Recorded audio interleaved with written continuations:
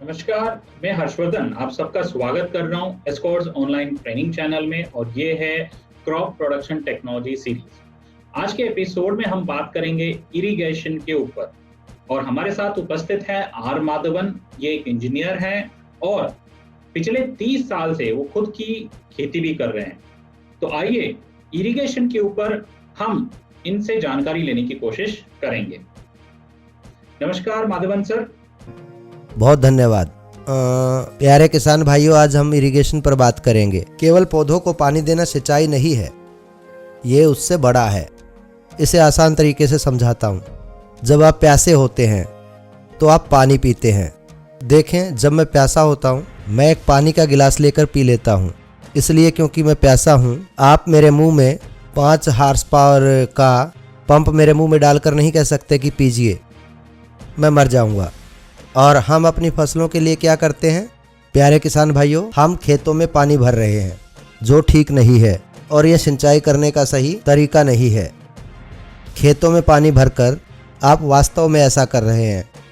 मैंने मिट्टी के बारे में बात की। उर्वरक क्षेत्र को ऑक्सीजन चाहिए। आप सब जानते हैं कि खेतों में पानी भरने से ऑक्सीजन कम हो जाती है, इससे छिद्र बंद हो जाते हैं। ये इनंडेशन है, हम इसे इनंडेशन कहते हैं। हम इसका एक उदाहरण लेते हैं। इस पर मैं आपको एक छोटा कार्टून दिखाऊंगा। कार्टून से आप ज्यादा अच्छे से समझेंगे, जो कि लेफ्ट में है। कार्टून जो है आप कार्टून पर देखिए। एक तरफ माँ अपने बच्चे को एक गिलास पानी देती है और दूसरी तरफ देखिए, एक माँ बच्चा लिए हुए है, उसको ऊपर से नीचे यानी टांगों से पकड़ा हुआ है। अब उसे पानी में डालकर बोल रही है कि इसे पियो। अब बच्चा क्या करेगा? हाँ, हम यही कर रहे हैं। एक अच्छी माँ अपने बच्चे को गिलास में पानी देगी और कहेगी मेरे बच्चे पी ले। अब इस इरिगेशन को शुरू करते हैं। मतलब आप जान गए क्या कर रहे थे और क्या करना है। तो हम क्या कर रहे हैं? मार रहे हैं। हमें ये नहीं सिंचाई करनी है, मतलब ये विज्ञान है। किसानों, पौधों को पानी नहीं चाहिए, नमी जरूरी है, ना कि पानी भरना। आप किसी भी तरह की सिंचाई कह सकते हैं, चाहे वो ड्रिप इरिगेशन हो, साइफन सिंचाई हो, कैनल सिंचाई हो। तो आप कई तरह की सिंचाई का नाम ले सकते हैं। एक कॉमन चीज, पौधों को न्यूट्रिएंट्स ग्रहण करने के लिए नमी चाहिए। ये आयोनाइजेशन के द्वारा न्यूट्रिएंट्स को ग्रहण करते हैं। आयोनाइजेशन मतलब घुलनशील। आप एक चुटकी नमक लें और उसको दूध में डाल दें। क्या आप नमक को दूध में देख सकते हैं? आप केवल चख सकते हैं, आप दूध में नमक नहीं देख सकते। उस समय आपने वो नमक लिया और दूध में डाल दिया और वो अदृश्य हो गया, पर स्वाद के रूप में वो उपस्थित है। तो यह आयोनाइजेशन कहलाता है। आप जानते हैं कि ये घुल जाता है। अब आप सामग्री डालते हैं और ये मिट्टी में घुल जाता है और घुली हुई सामग्री को जड़ें सोख लेती हैं और जड़ें एक्टिव हो जाती हैं।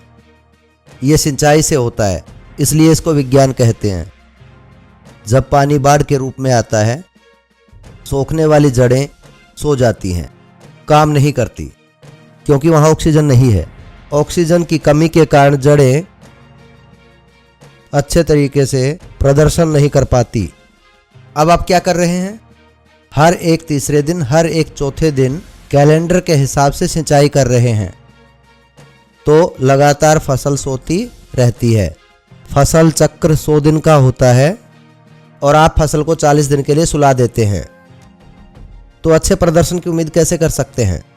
मान लीजिए मेरी उम्र 60 साल की है और इन 60 सालों में यदि मैं 50 साल सोता हूं तो मेरा प्रदर्शन कहाँ है? नींद चाहिए, पर उम्र भर नींद नहीं चाहिए। और फसल से जबरदस्ती बाढ़ द्वारा, पंप द्वारा ज़्यादा पानी देना, ये सुलाता है। जरा मुझे ड्रिप के बारे में बताएं। ड्रिप सिंचाई का एक तरीका है, मिट्टी पर निर्भर करता है, बहुत महत्वपूर्ण है। अगर ये कले है तो इसकी पकड़ ज़्यादा है, अगर ये रेत है तो इसकी पकड़ कम होगी। तो ड्रिप मिट्टी को बिना समझे रेंडमाइज्ड नहीं हो सकती। इसीलिए कहते हैं कि मिट्टी, पानी, जमीन की तैयारी, ये सब मिलकर पंचकर्मा को जोड़ते हैं। आप इनमें से कुछ भी नहीं छोड़ सकते। आप ये नहीं कह सकते कि मैं केवल इरिगेशन करके ध्यान रखूं और इसको करूंगा। मिट्टी परीक्षण को छोड़ देते हैं या सिजलिंग को छोड़ देते हैं, कुछ नहीं, ये इसके लिए काम नहीं करेगा। ये हमारे जैसे हैं, जैसे कि हमें सारी चीजें करनी पड़ती हैं। हम अच्छे से खाते हैं, हम समय पर खाते हैं, सब एक साथ करना होता है। ऐसा नहीं कि सही से खाऊंगा और बिना एक्सरसाइज के बेड पर सो जाऊंगा, तो सब चीजें इकट्ठी करनी है। ऐसे ही फसल में अब जब खाद को आप बैंड में डालते हैं तो ये उसको सोख लेता है। मैंने लैंड प्रिपरेशन के पिछले एपिसोड में बताया था क्यों रिजर्वरों की अहम भूमिका होती है, उसको मैं इरिगेशन के साथ जोड़ रहा हूं। इस बारे में एपिसोड में बताया था। अब मैं इसकी तुलना करूंगा। जब मैं रिजर्वरों से खेती करता हूं, आप फर्रों में सिंचाई करते हैं। फर्रो मतलब इसका निचला हिस्सा जहां पर पानी का बहाव रहता है, पर रिज उसके ऊपर फसल बैठ जाएगी। मतलब आप फसल क्षेत्र को बाढ़ के लिए अनुमति नहीं दे रहे हैं, केवल सबसे नीचे वाले हिस्से को पानी मिलेगा और सोयल कैपिलरी एक्शन पानी को ऊपर लाएगा फसल के ज़रूरत के हिसाब से। जो आपको रखना है इसे मैं ऐसे ही बता रहा हूँ। ये मिट्टी की विशेषताओं के अनुसार बदलते रहते हैं। कले की मौजूदगी पर रफली लगभग 60 और 40। 60-40 क्या है? अगर आप मिट्टी लेते हैं 60% हवा होनी चाहिए और केवल 40% नमी। अब आप अपने खेत में चेक करें कि क्या आप इस तरीके से कर रहे हैं ना, आप 80-20 कर रहे हैं। 80% पानी 20% हवा, तो फसल का प्रदर्शन 80% कम हो जाता है। तो प्रदर्शन के बिना प्राप्ति को भूल जाइए, कोई प्राप्ति नहीं कर सकते। और समय बीत रहा है 100 दिन। अगर मेरी कपास की फसल 100 दिन की है और गेहूं की 100 दिन की और मेरी गोभी 100 दिन की, 100 दिन बहुत बहुत कुशल होने वाले हैं। सभी 100 दिन मनुष्य की तरह फसल के सभी चक्र हैं। बचपन, किशोरावस्था, प्रजनन, बुढ़ापा हमारी तरह। मैं बच्चा था, मेरी माँ ख्याल रखती थी, किशोरावस्था में खुद ख्याल रखा, फिर शादी हुई, प्रजनन, फिर मेरे बच्चे, फिर बूढ़ा और मर जाऊंगा। फसल भी ऐसे ही। इन सभी चक्रों को आप कैसे रोक सकते हैं? पर हम रोक रहे हैं ज्यादा सिंचाई करके और खादों का कम प्रयोग करने पर। फसल चक्र के दौरान फसल का सही से ध्यान ना रखकर। इरिगेशन में मैंने बताया कि 60-40 का रेशो होना चाहिए। अब हम इसे क्यों दे रहे हैं? मैं थोड़ा कीट पर बात करूंगा। आप सब जानते हैं मूसन खरपतवार। जब हम पेस्ट कहते हैं, खरपतवार भी कीट हैं। और खरपतवार क्या है? गेहूं की खेती में धान खरपतवार है। आप इससे सहमत होंगे, आप सब इससे सहमत होंगे। मैं इसको दोहराता हूं और आप समझ जाएंगे। तो खरपतवार क्या है? कुछ भी नया नहीं उग रहा है, सब कुछ खाद है। हर एक पत्ता खाने लायक है, चाहे आप खाएं या बकरी खाए, गाय खाए या सूअर खाए, सब कुछ खाद है। पर आप सोचते हैं कि गेहूं की फसल में धान की फसल नहीं उगनी चाहिए। मेरी गेहूं की खेती में जो धान उग रहा है ये खरपतवार है, इसे उखाड़ना है, वरना मैं अच्छे से गेहूं की कटाई नहीं कर पाऊंगा। गेहूं और धान की मिलावट हो जाएगी, फिर इसको अलग अलग कैसे करेंगे? अब कीट जिसमें खरपतवार भी शामिल हैं, इससे अच्छा है अगर आप सिंचाई पर नियंत्रण कर सकें। गेहूं की संख्या कम हो जाती है। अब गेहूं को खतरा है। मैं इसके बारे में आपको नहीं बताऊंगा। आप सब ने अपने अपने खेत में इसका अनुभव जरूर किया होगा। रोने का आदी हो गया। शुरुआती दिनों में हे भगवान, मैंने कल खरपतवार उखाड़ी और आज फिर आ गई और मेरा। अब आप भी ऐसा कर सकते हैं, पर यह ज्यादा नमी के कारण होता है। ज्यादा नमी के कारण गेहूं लगातार अंकुरित होकर बीज पैदा करता है। वीड सीड बैंक बहुत भारी होता है। जब वीड सीड बैंक भारी होता है, बीजों की संख्या जो हर बार सिंचाई से अंकुरित होगी बहुत ज़्यादा है और आपको लगभग जो आप लगाएंगे उसका 40 से 50% आपको अपनी जेब से लगाना होगा। लगभग उतना आप सिंचाई से बचा सकते हैं। इसमें मैं सीजल से कुछ शब्दों का प्रयोग करूंगा। सीजल के बारे में मैं लैंड प्रिपरेशन में बता चुका हूं। उस वीडियो को देखें, सिंचाई में मदद करेगा। अगर आप मेरा पहले वाला वीडियो देखेंगे लैंड प्रिपरेशन का, मैंने वहां बताया है सीजलिंग का महत्व, तो अब आप सिंचाई को समझ पाएंगे। अगर मैं ज़मीन को सीजल करता हूं, मतलब कम से कम 3 फीट तक हमें वो कॉलम भरना पड़ेगा नमी से, मतलब सिंचाई की संख्या कम करनी पड़ेगी।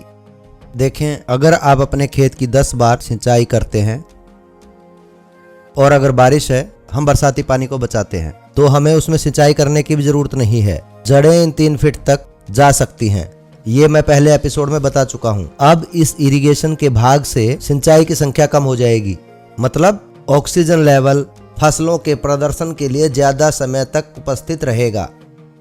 इसलिए मैं इस पर जोर दे रहा हूं। 60% ऑक्सीजन होने से जड़ें सक्रिय हैं। सक्रिय होने के लिए ऑक्सीजन की जरूरत होती है ताकि ये तत्व ले सकें। एक बार वो सारे तत्व ले ले जो आपने उनकी संतुलित खुराक में डाले हुए हैं, जो आपने उनमें डाला है, उनसे पौधे बीमारियों से लड़ने में सक्षम हो जाते हैं।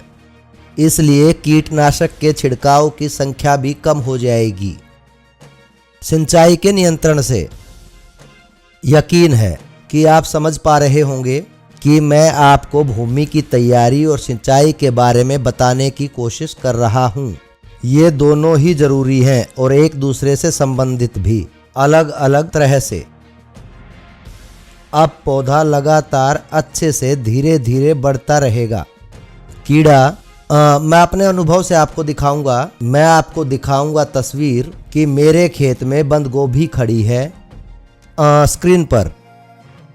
जब मैंने 80 के दशक में शुरू किया, हर कोई मेरे ऊपर हंस रहा था। कहा गोभी चेन्नई में पैदा नहीं हो सकती। मैंने कहा ठीक है। फिर उन्होंने कहा नहीं, पत्ता गोभी को शिमला जैसा या फिर ऊटी जैसा मौसम चाहिए होता है। मैंने अपने आप को कहा पौधा एक अंधे व्यक्ति की तरह है। वो नहीं जानता कि वो शिमला में है या कुड़कनाल या मद्रास में। जब तक उसको वहाँ का वातावरण मिलता रहेगा वो प्रदर्शन करेगा, और उसने किया। मैं उस कीट की बात करूंगा जो मैंने गोभी के साथ किया। मैंने सन 80 में शुरू किया। मैं छिड़काव करता था। 110 दिन की फसल में 22 दिन, क्योंकि मैं सिंचाई की विज्ञान को नहीं जानता था। आज की तारीख में आप देख रहे हैं ये गोभी की फसल मेरे खेत की है, पिछले साल की। मैं केवल 3 स्प्रे करता था और मेरी फसल सामने है। आसान, उचित सिंचाई बचाती है केवल मेरा पैसा ही नहीं। हाँ, मैं पैसा जरूर चाहता हूं, पर इससे ज़्यादा अनावश्यक दवाइयाँ फसल पर नहीं डालनी चाहिए। हमारी तरह अगर हम स्वस्थ खाते हैं, हम लड़ते हैं, हम लड़ने की क्षमता बनाते हैं, इसको इम्यूनिटी कहते हैं। फिर कीट और बीमारियों का हमला होता है, जैसे कोरोना एक कीट है। सब कोरोना की बात करते हैं, कोरोना एक कीट है। अगर हमारी सेहत ठीक है तो हम उसको रोक सकते हैं। इम्यूनिटी कैसे बढ़ा सकते हैं? खाना, पौष्टिक खाना सेहत बनाता है। अब यहाँ खाना और सिंचाई, क्योंकि सिंचाई के द्वारा ही फसल इन तत्वों को लेती है, इसे समझें। हमारे पास मुंह और पौधे के पास भी, पर पौधे का मुंह काफी नीचे है। आप इसे पानी से भर देते हो, कैसे खाएंगे? वो बहुत सारे कीट को आकर्षित करेंगे और बीमारियों को भी। उनके खराब प्रदर्शन के कारण, ज़्यादा सिंचाई की वजह से उनकी इम्यूनिटी कम हो जाती है। प्रदर्शन कम होने के कारण बीमारियों का खतरा ज़्यादा हो गया है। जिन वैज्ञानिक तरीकों को मैंने बताया उनसे सिंचाई करने से, मैं आपको अपने पत्ते गोभी के खेत की फोटो भी दिखाऊंगा, जहां पर मैं पानी भर रहा हूं पर साइफनिंग तरीके से। ये एक साधारण सा तरीका है। मैं सीधी बात कर रहा हूँ, रॉकेट साइंस की नहीं। आप किसी भी नज़दीकी दुकान से एक हॉर्स पाइप को खरीद सकते हैं और वो सिंचाई करने में बहुत ही अहम भूमिका निभाता है, सिंचाई के तरीके में और फसल के प्रदर्शन में भी। ऐसा करने से सिंचाई की संख्या मैं आपको दूंगा इस चार्ट में। जहां मैंने सीजल नहीं किया और ना ही मिट्टी को संतुलित, मुझे खेत सींचना होगा एक ही फसल के लिए 110 दिन के चक्र में 14 बार। अब इनके साथ मैं केवल 4 बार सींचता हूं, कभी कभी 2 बार भी। हाँ, मेरी कोई फसल हरा चना भी लेती है। हरा चना मतलब मूंग दाल। मूंग दाल को केवल 1 बार सींचता हूं, फसल तैयार। आप देखें, मैं इसको इस तरीके से बताऊंगा। आप उत्पादन कम करने के लिए सींच रहे हैं। आप ऐसा क्यों कर रहे हैं? आप अपनी फसल और आप अपनी जेब कटवाने के लिए सिंचाई कर रहे हैं। ज्यादा पानी डालकर अपने आप को बहा रहे हैं। पौधों को ज्यादा पानी नहीं चाहिए। मैं आपको एक उदाहरण देता हूं और एक छोटा सा अपना धान का खेत दिखाता हूं। हर कोई कहता है धान में ज्यादा पानी लगता है। हाँ, क्योंकि आप खेत को भर रहे हैं। ज्यादातर पंजाब के किसानों ने लुधियाना के बाहर या दूसरे क्षेत्र में देखा होगा, धान के खेत भरे होते हैं। मानता हूं कि धान को दूसरी फसलों की अपेक्षा ज्यादा पानी चाहिए, ये नहीं कि उसे पूरे तरीके से भर दिया जाए। वेजिटेटिव टू रिप्रोडक्शन के दौरान इसको थोड़ा ज्यादा नमी चाहिए। पेनिकल, हम उसे पेनिकल स्टेज कहते हैं। जब वो फूलते हैं और ज्यादा अनाज पैदा करते हैं, उस समय उसको ज्यादा पानी चाहिए होता है, बाकी समय में नहीं। अगर आपने सारे वो काम कर लिए जो हमने पिछले एपिसोड्स में बताए, लगता है आप समझ गए होंगे सिंचाई के विज्ञान के बारे में। जैसे हम पिछले 15-20 मिनट से बात कर रहे हैं इसके बारे में। ये आपके खेत की सिंचाई करने में मदद करेगा, ना कि भरने में, और आपके उत्पादन स्तर को बढ़ाने में। और वो आपकी मदद करेगा कीट और बीमारियों को दूर रखने में, और आपकी फसल के अच्छे प्रदर्शन और गुणवत्ता में, फसल की गुणवत्ता के लिए ये सेल्फ लाइफ भी जरूरी है। अगर हम कुछ फलों की बात करें, जैसे अमरूद बहुत मीठा होता है, उस पर कैसे काम करें? जब मैं अमरूद काटकर लोगों को देता था, मैं उसको देखता था, वो प्लेट नहीं छोड़ते थे। प्लेट क्या है? मीठी, पैलेटेबिलिटी। ये क्या है? फूड प्रोसेस कंपनियां इसे करती हैं। वो स्वाद बदलकर लोगों को जोड़ते रहते हैं और देखते हैं कि इनमें से ग्राहक को कौन सा अच्छा लग रहा है। अब हम भी कुछ खाने के लिए उगा रहे हैं। किसान के नाते हमारा काम भी यही है। देखिए, जैसे कि एक ग्राहक एक अमरूद खाता है, अच्छा लगता है तो दूसरा खाता है, तीसरा देखता है और फिर एक और। ऐसे ही हम पैसे कमाते हैं। यही किसान की कमाई है। सिंचाई यहाँ काम करती है। अगर आप सिंचाई ज्यादा करेंगे तो स्वाद कम हो जाएगा। खेती के क्षेत्र में चीनी ब्रिक्स में मापी जाती है। चाहे वो अमरूद हो, लीची हो, सेब, कोई भी पदार्थ, उसको ब्रिक्स में मापते हैं और वो कंट्रोल होता है सिंचाई से। मतलब क्या? आप बता रहे हैं quality, quantity, paste and disease, पानी बचाना और अपने उत्पादन को बढ़ाना। कुछ 30 टन 2-3 किसान, मेरे दोस्त रांची से, वो टमाटर उगा रहे थे। उन्हें मैंने बताया कि इस तरीके का इस्तेमाल करें, सिंचाई ना करें। कुछ समय के लिए तो बिल्कुल भी नहीं, वो रुक गए। लेकिन उनमें से कुछ ने सिंचाई की। उन्हें लगा कि ये गलत तरीका है।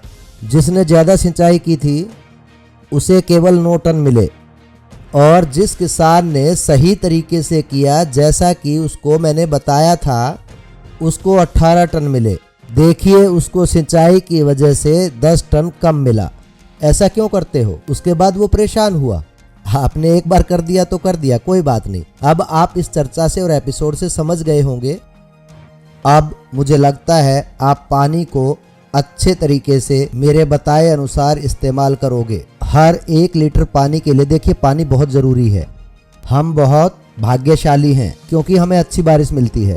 आप कैलिफोर्निया को देख लीजिए, एक बहुत ही सूखा क्षेत्र है, सूखा पड़ने वाला इलाका।